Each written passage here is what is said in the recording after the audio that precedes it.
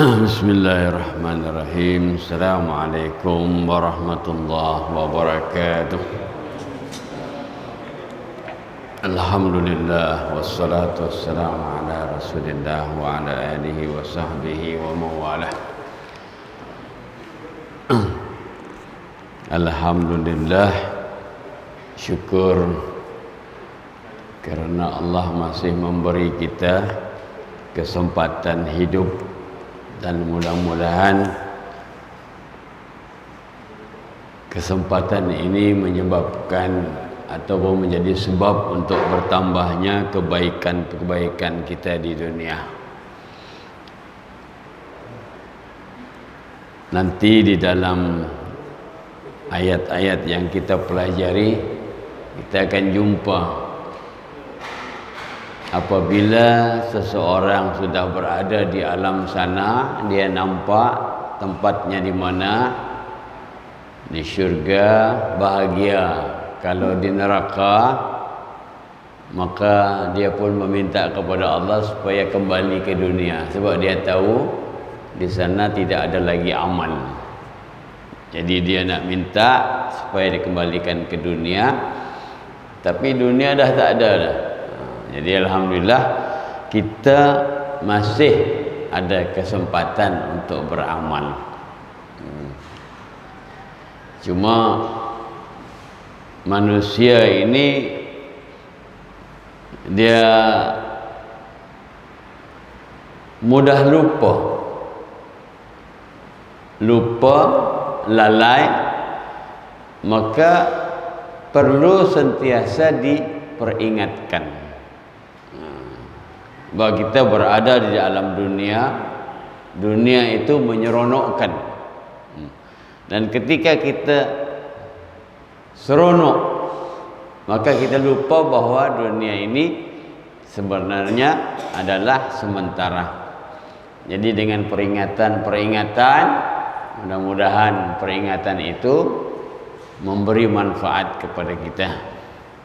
Kita sambung lagi ayat yang keberapa? Kita setiap kali kita belajar, kita ambil 5 ayat. Pagi ini kita tambah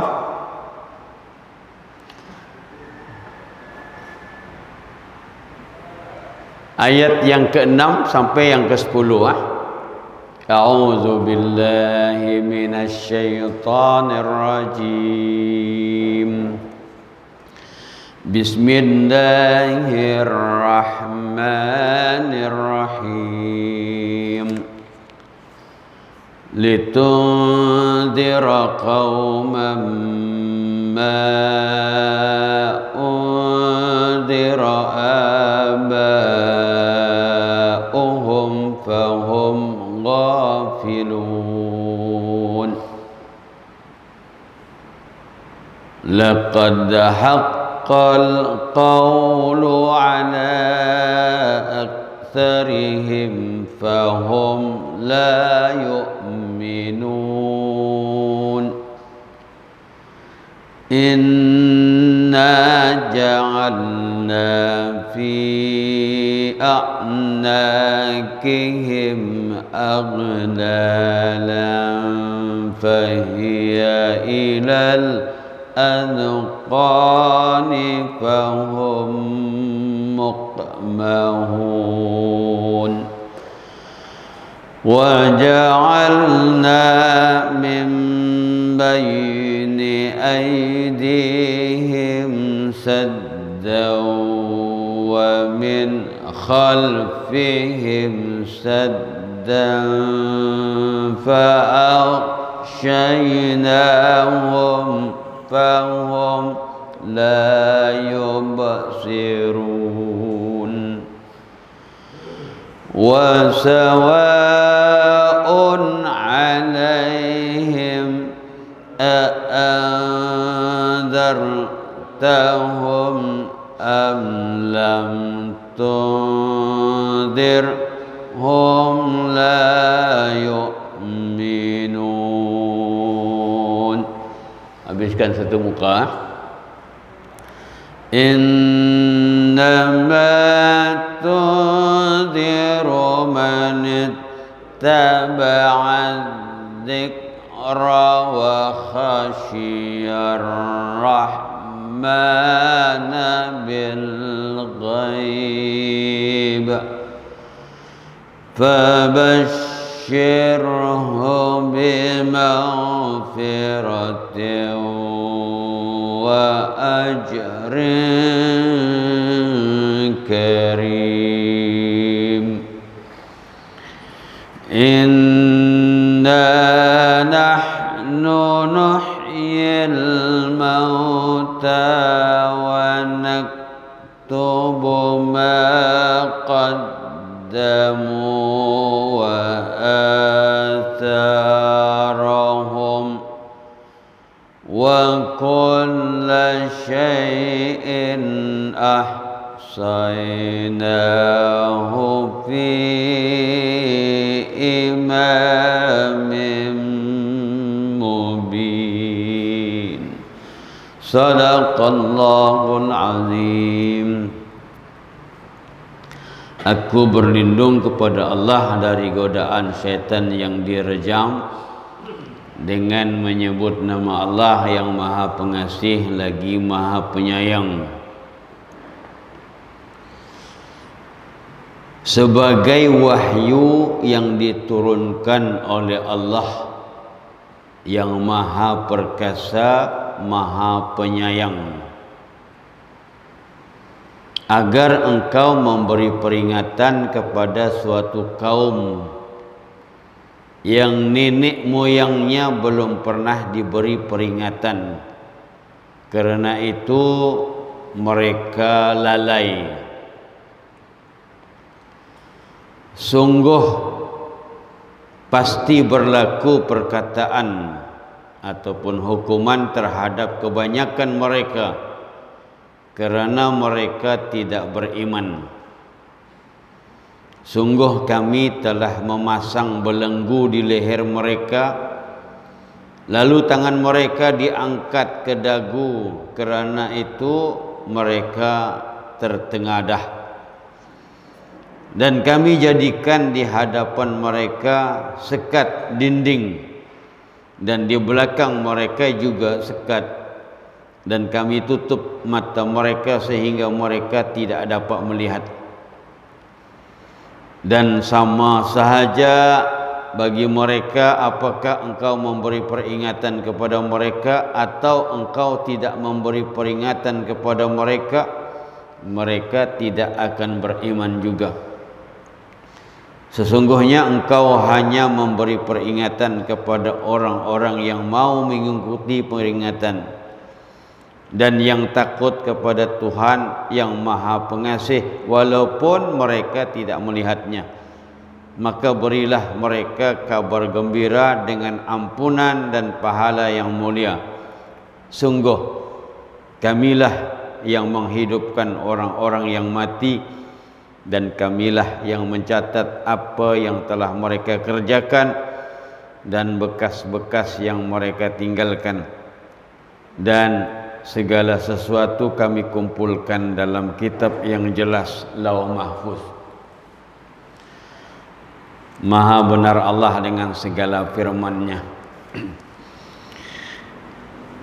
Dalam ayat-ayat yang lalu Allah Subhanahu wa ta'ala telah bersumpah dengan Al-Quran yang penuh hikmah ini, yang merupakan panduan kehidupan untuk manusia, yang Allah Subhanahu wa ta'ala kuatkan perutusan Nabi sallallahu alaihi wasallam dengan diberikan bersamanya kitab Al-Quran ini. Nah, itu sebelum ayat ini. Maka di sini Allah jelaskan bahwa Al-Quran tersebut sebagai wahyu yang diturunkan oleh Allah yang Maha Perkasa, Maha Penyayang.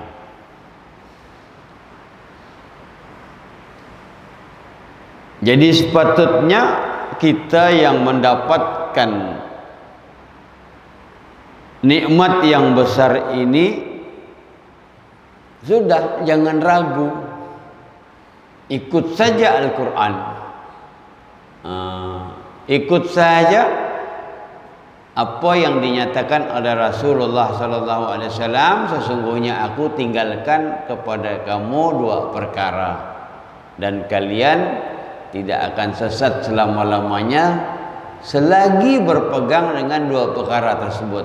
Yang pertama apa? Kitab Allah, Al-Quran. Dan yang kedua sunnah Rasulnya sallallahu alaihi wasallam. Itu dua sedang aja. Jadi dulu dengan Al-Quran ini para sahabat radhiyallahu anhum lahir. Padahal kita ketahui sebelumnya mereka itu diceritakan dalam sirah atau ilmu sejarah adalah manusia yang berada di alam jahiliyah, dan kejahiliahan mereka itu nampak.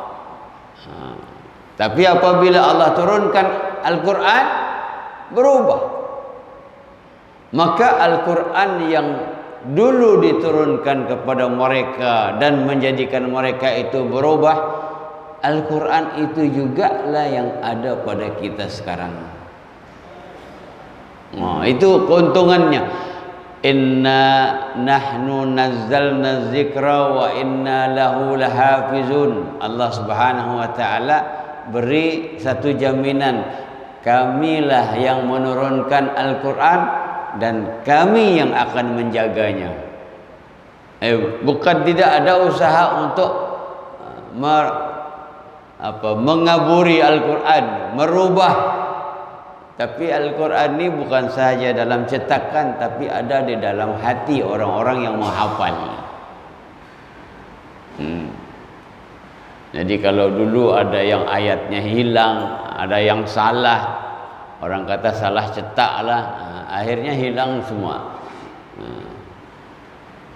Jadi Allah jaga. Dan kebaikan manusia itu selagi dia berpegang dengan Al-Quran ini. Cuma kalau dulu para sahabat berubah dengan sebab Al-Quran, sebabnya adalah mereka melayan Al-Quran bagaimana. Jadi kalau kita belum berubah, kita pula mesti tanya, kita melayan Al-Quran macam mana? Dulu para sahabat melayan Al-Quran adalah nak tahu apa yang Allah mau kita lakukan dengan ayat yang diturunkannya. Itu yang Dzalikal kitabu la raiba fihi hudan lil muttaqin. Jadi apa yang Allah mau dengan ayat yang diturunkan ini untuk kita lakukan? Itu yang menjadi prinsip mereka belajar. Maka ayat-ayat itu menjadi sebab perubahan berlaku. Dan apabila sempurna ayat-ayat Al-Quran, maka gambarannya para sahabat radhiyallahu anhum itu seperti Al-Quran yang berjalan. Jadi Al-Quran itu menjadi acuan, maka lahir kepribadian itu yang mengacu kepada Al-Quran jadi seperti acuan. Kita kalau buat kuih kan, kita nak kuih itu bentuknya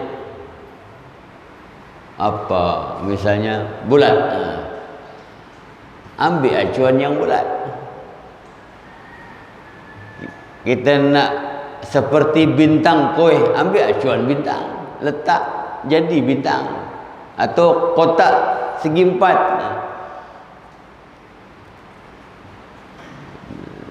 pelik kalau kita letak, kita nak buat kuih segi empat, kemudian dah jadi bulat pula. Jadi Allah mau dengan Al-Quran ini akhlaknya begitu Al-Quran. Tapi baca Al-Quran, pegang Al-Quran, tapi akhlak. Itu yang masalah sekarang nih. Akhlaknya.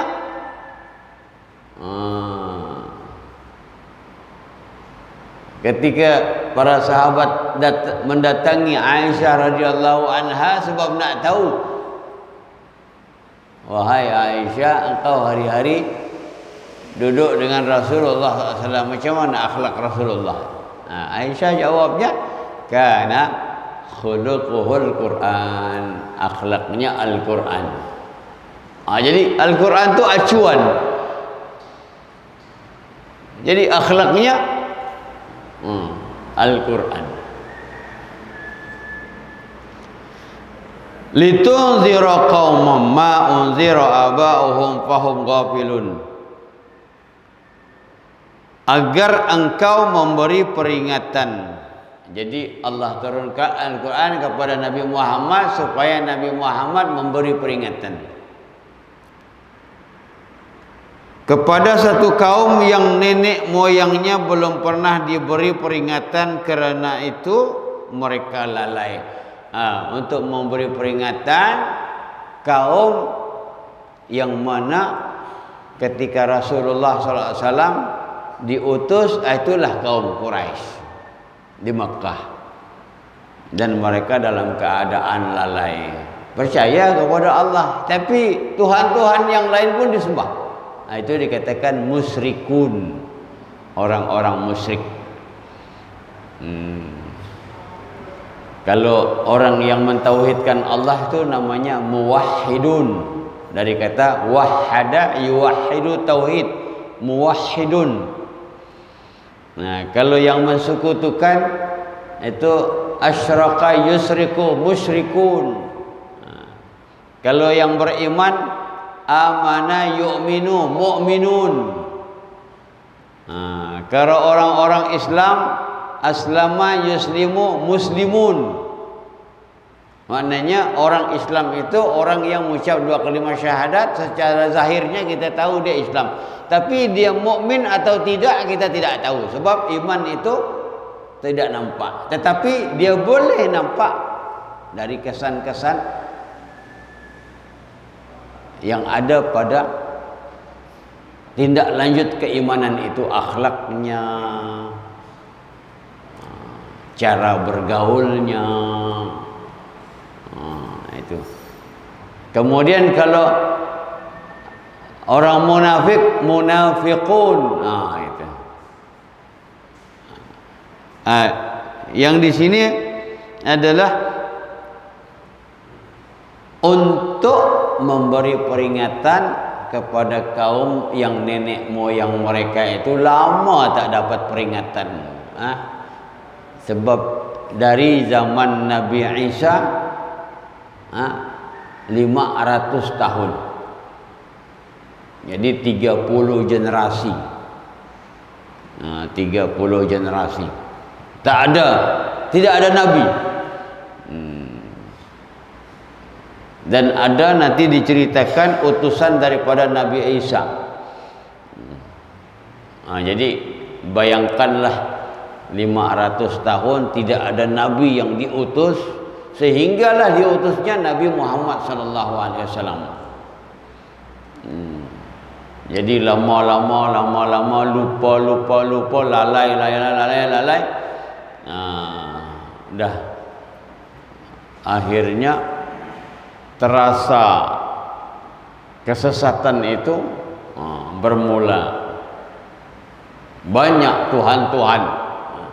Jadi didatangkan Nabi Muhammad sallallahu alaihi wasallam dan diberi bersamanya Al-Quran untuk memberi peringatan mereka.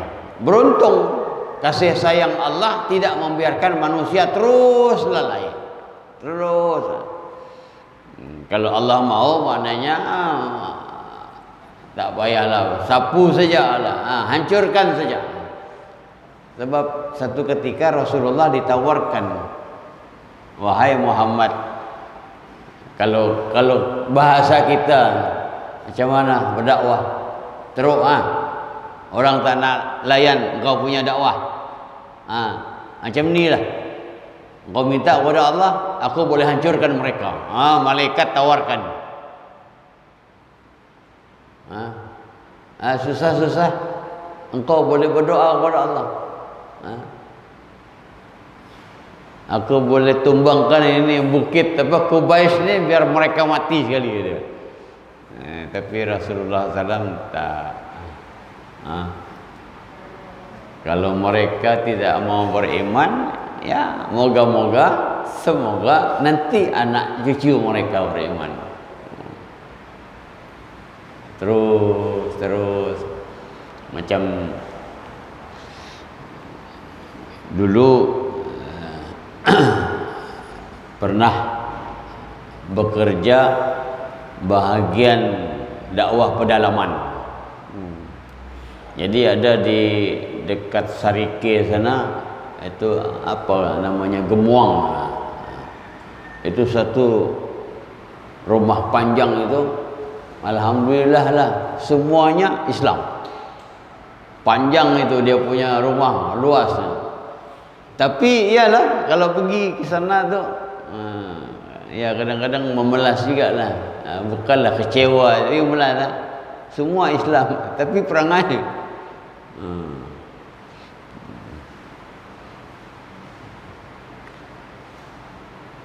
Cuma dakwah kena berfikir itulah.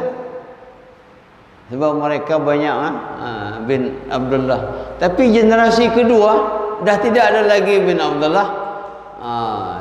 Mereka lahir sediakan tadika Islam. Lepas tu sekolah-sekolah rendah adalah ustaz-ustaz yang mengajar fardu ain. Jadi mereka ini ketika lahir saja dijaga, ketika sekolah dijaga, lama-lama tu generasi kedua dah berubah daripada generasi yang pertama. Jadi dakwah mesti kita berpikir generasi, kan gitu. Dulu mula-mula kalau kita nak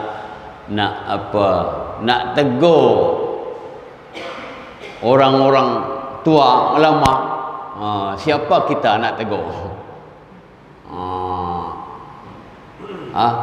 Jadi jangan tegur. Tegur sikit-sikit lah. Tapi pada masa yang sama kumpulkan anak muda, macam tu. Dulu 89 bincang dengan kawan-kawan, kita nak buat sekolah ni, sekolah macam mana? Dia kata. Akhirnya kita kata kita buat tadika. Tadika ni dia punya falsafahnya, orang-orang tua itu dia sayang dengan anak dia. Dan dia nak anak dia tu jadi anak yang bagus. Oleh itu kadang-kadang dia hantar anak dia tu, dia baiki tudungnya. Kau jaga tudung kau. Tu rambut nampak, tapi yang cakap tu tak pakai tudung. Dia macam tu. Jadi generasi itu macam tu. Masih kecil datang. Lepas tu baru kita buat kelas. Ibu bapa, kita akan anjurkan kelas mengaji. Jom. Jadi mengaji dululah. Abatasa. Lepas mengaji ada tazkirah. Ujung bulan masing-masing bawa makanan. Di situ kemesraan, perlahan.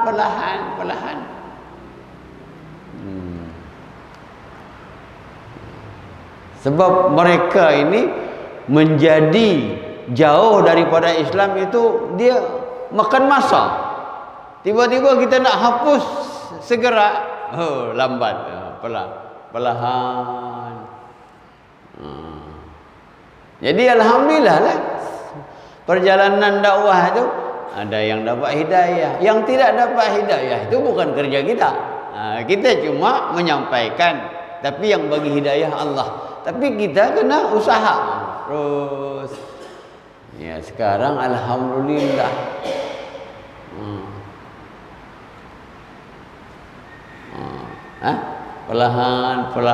Perlahan. Kalau dulu bulan Sapa ada mandi Sapa. Ada kalau kemarin bincang-bincang juga di Jepang, dia kata ada apa? Macam-macam lah, magic lah, apalah. Bebayuh. Jadi banyak. Kalau orang buntin bawa pisau, tanya pahala itu pisau kena, yalah, ngelak Pontianak. Jadi syirik itu ada gitu. Ni kata Pontianak ni nampak kecil gila, pakai kapak sekali yang besar. Kalau bangun rumah, ada kain apa warna-warni. Kita tanya dulu lah, untuk apa tu? Gitu. Sekarang tidak ada lagi orang bangun macam tu. Bangun saja, Bismillah. Saya ingat waktu mula bangun ini nak dirikan tiang ni. Allah yarham Haji Wan Laila, Ustaz, mbak pelajar, bahal doa nak diri tiang. Jadi ada lagi lah amalan-amalan gitu. Tapi itulah perlahan.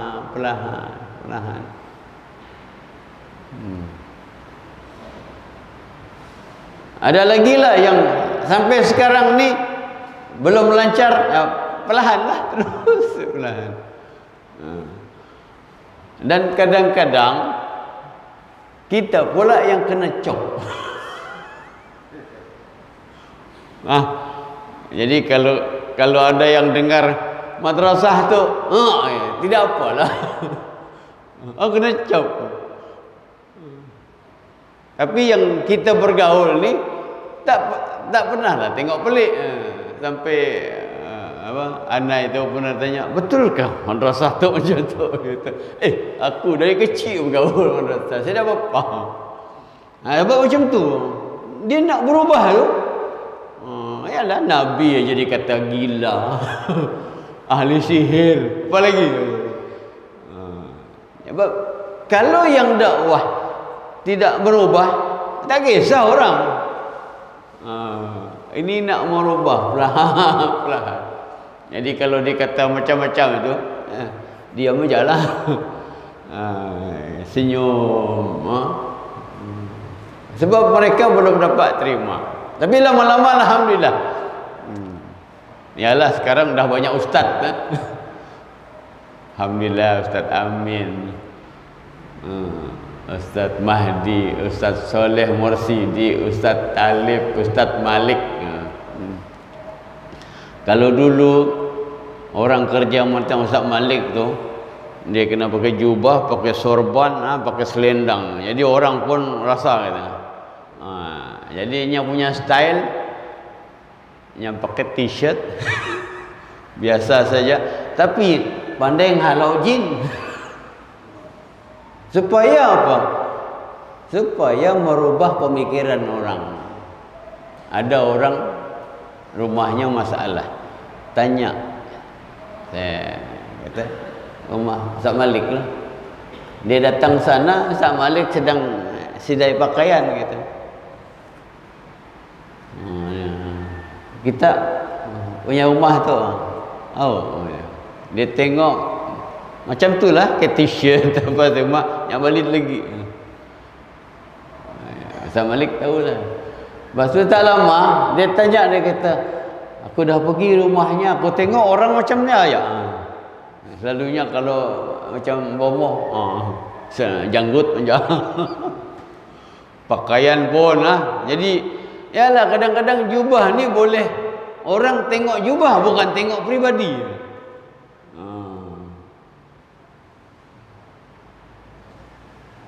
Dia datang lagi, kita kah Ustaz Malik?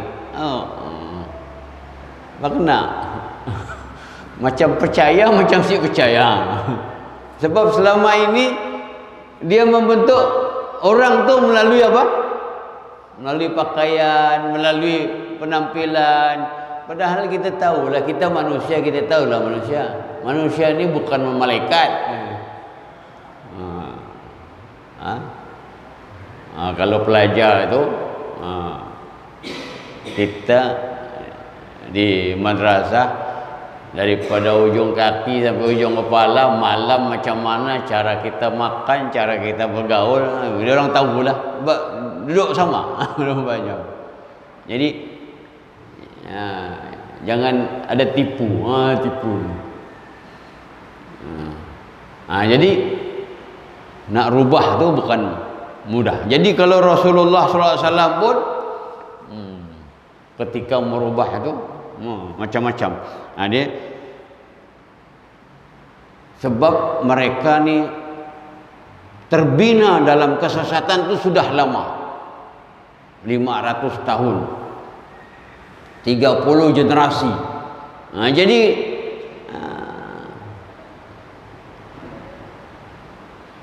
memang berat. Tetapi kalau tak mula, tak jadi. Kena mulalah. Mula.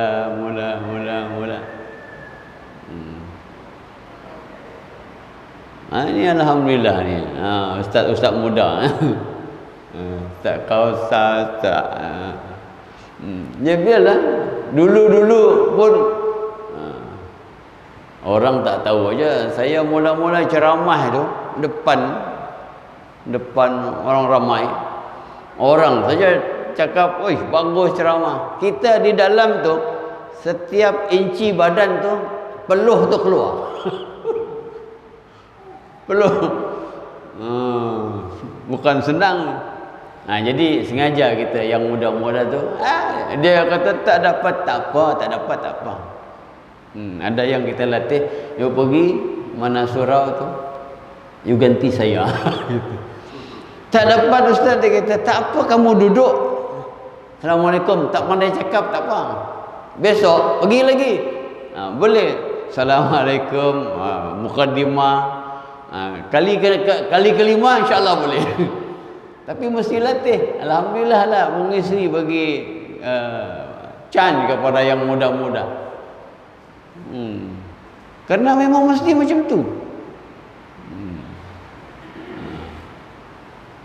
Kalau tidak, tak lahir ustaz-ustaz. Alhamdulillah di JAIS ada, di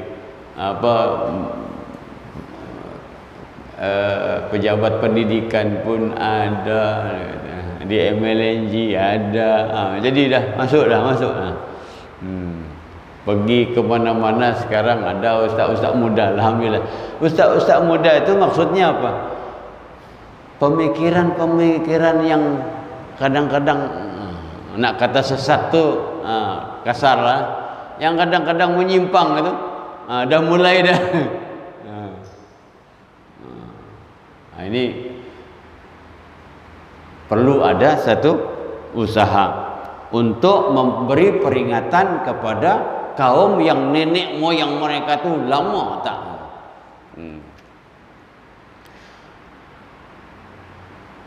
Sungguh pasti berlaku perkataan terhadap kebanyakan mereka karena mereka tidak beriman. Jadi soal mereka diberi peringatan, mereka tak nak beriman, itu soal lain. Itu urusan Allah Subhanahu wa taala. Tapi kita kena berusaha. Kita kena berusaha. Oleh itu, yalah Allah belum izinkan bangunan yang di sana itu nak buat operasi. Kan semua kata, "Ustaz buat di sana." Ya. Sana. Saya kata tak apa. Masuk dulu bergaul. Jadi kehidupan ni apabila, makanya jangan masuklah ke satu ruangan. Kalau kita masuk kita akan tahu kita susah hati ya. Jangan masuk kalau tak siap. Jangan masuk kalau tak siap. Belum lagi masuk ke pub-pub. Jangan ada kawan dia kata, "Ustaz, saya nak tes iman lah, masuk ke dalam." Jangan. Kau masuk, datang ajal, jatuh di sana, bahaya dia kata. Jangan dia. Jadi kehidupan ni yang namanya sesat itu macam-macam. Jadi kita jangan coba-coba sesuatu tu untuk menguji keimanan, tapi pada masa kita masuk itu maknanya minta pertolongan Allah dan diberikan kekuatan. Jadi Rasulullah SAW ini memang backingnya terus daripada Allah. Disuruh jalan. Kalau mereka tak terima itu urusan mereka, dan aku yang akan melayan mereka, aku yang berhadapan dengan mereka, engkau sampaikan saja. Itu kekuatan yang ada pada para pendakwah. Kalau dia buat macam-macam, teman-teman tabligh, dia buat macam-macam, tak apa, biasa dia kata. Jadi mereka dalam keadaan yang lalai, dan Allah Subhanahu wa taala memberi amaran, sungguh kami telah memasang belenggu di leher mereka, lalu tangan mereka diangkat ke dagu, karena itu mereka tertengadah, dan kami jadikan di hadapan mereka sekat dinding, di belakang mereka juga sekat, dan kami tutup mata mereka sehingga mereka tidak dapat melihat. Maknanya orang-orang yang sesat, yang tidak mau menerima petunjuk, seakan-akan itu sudah tertutup. Jadi kamu jangan aneh lah. Tetapi di antara mereka nanti akan ada yang menyambut dakwah. Oleh itu yang ayat 10 ni sama sahaja bagi mereka. Jadi orang-orang yang sesat ni sama saja bagi mereka. Apakah engkau memberi peringatan kepada mereka atau engkau tidak memberi peringatan kepada mereka? Mereka tidak akan beriman. Jadi memang ada satu golongan dah sesat. Jadi jangan aneh lah. Kita berusaha. Kalau kita dah berusaha, lepas tu dia tak mau juga, mungkin inilah yang dikatakan oleh Allah. Jadi kita dah habis usaha kita. Innal ladzina kafaru sawa'un 'alaihim a anzartahum am lam tunzirhum la yu'minun. Orang-orang yang dah hatinya itu tertutup, kufur tutup, maknanya tertutup. Ya, sama saja engkau beri peringatan, tak beri peringatan, mereka tidak akan beriman. Jadi setelah kita tahu itu, habis usaha tak mau juga, tak apalah. Mungkin satu ketika nanti ada yang misalnya dia madrasah lari, sebab tak mau dia baiki lari.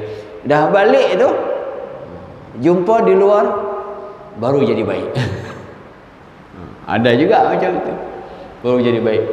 Ada juga yang kelahi, pegang pisau, ada juga sebab latar belakang macam-macam. Tapi apabila sudah keluar, kita jumpa dalam Ustaz, maaf, baik, alhamdulillah. Jadi banyak kalau di dalam masyarakat itu macam itu juga lah. Memang kalau ikut tu menggerunkan kita. Tapi alhamdulillah setahun, 2 tahun, 3 tahun, kalau jumpa sekarang dia kata mesra. Dan kami jadikan di hadapan mereka sekat.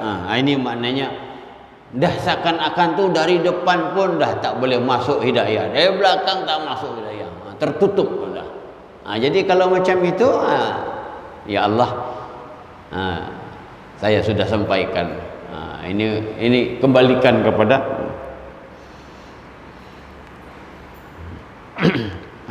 Ini hiburannya daripada Allah, ayat yang ke-11. Sesungguhnya engkau hanya memberi peringatan kepada orang yang mau mengikut peringatan. Nanti akan ada orang yang boleh menerima peringatan ini. Disitulah rasanya kebahagiaan. Apabila kita berdakwah, ada orang yang menerima peringatan. Itu dia satu kebahagiaan. Apa kata Rasulullah SAW? Li'an yahdiyakallah bika rajulan wahidan khairun laka min humurin ni'am. Jadi seandainya dengan usahamu Allah bagi satu orang hidayah, maka itu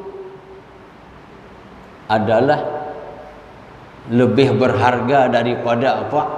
Kalau Arab ni dikatakan unta merah. Unta merah itu maknanya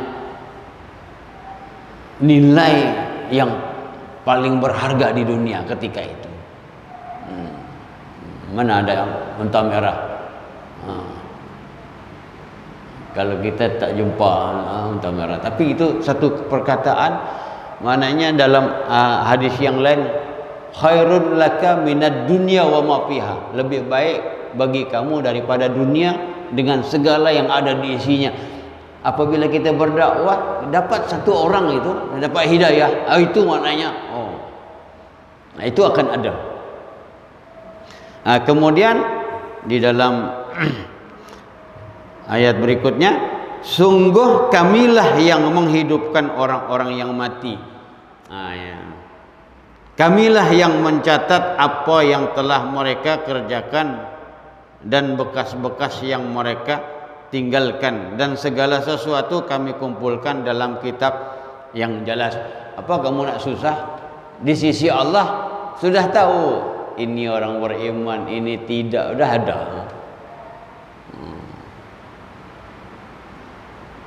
Jadi jangan susahlah dengan orang yang tidak mau terima. Yang penting dakwah dilaksanakan. Dan dengan dakwah itu, mana kita tahu yang ini tak terima. Buat dulu baru kita tahu. Selamatkan dulu baru kita tahu.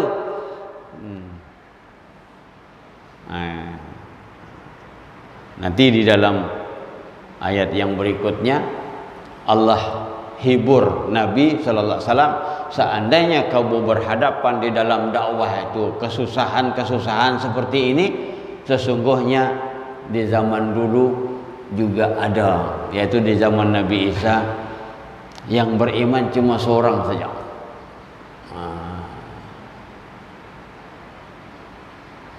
Yang beriman, utusan daripada Nabi Isa itu yang dihantar ke Suriah, sekian banyak, dihantar utusan, dipenjara, dihantar utusan, ditangkap, disiksa, pas itu datang lagi utusan, tiga-tiga dibunuh. Jadi diceritakan dalam kisah berikutnya nanti, supaya apa? Kalau engkau menghadapi kesusahan, dulu pun lagi teruk kaum yang dulu menghadapi kesusahan. Itu satu hiburan. Oleh itu mari terus ajaklah siapa yang kita tengok orang perlu diajak, ajak. Perlahan. InsyaAllah lama-lama. Jadi kalau kita tengok ini ada kawasan tidak bagus, ini orang tidak bagus, kalau semua bagus, kita tak ada peluang lah nak berdakwah. Kau tempat tu bagus, kau tinggal di situ kau, teruk tempat itu, maknanya peluang dakwahnya adalah. Jadi insyaAllah yang akan datang kita sambung lagi. Husin nak pergi pasar. Jadi ini saja, mudah-mudahan Allah Ta'ala beri manfaat daripada kita baca sikit. Yang akan datang kita sambung lagi lah. Mudah-mudahan dengan izin Allah kalau kita panjang umur, kita sambung lagi. Subhanakallahumma wa bihamdika asyhadu an la ilaha illa anta astaghfiruka wa atubu ilaik. Bismillahirrahmanirrahim. Wal 'asri innal insana lafi khusr illa alladziina aamanu wa 'amilus shalihat wa tawassaw bil haqqi wa tawassaw bis sabr. Assalamualaikum warahmatullahi wabarakatuh.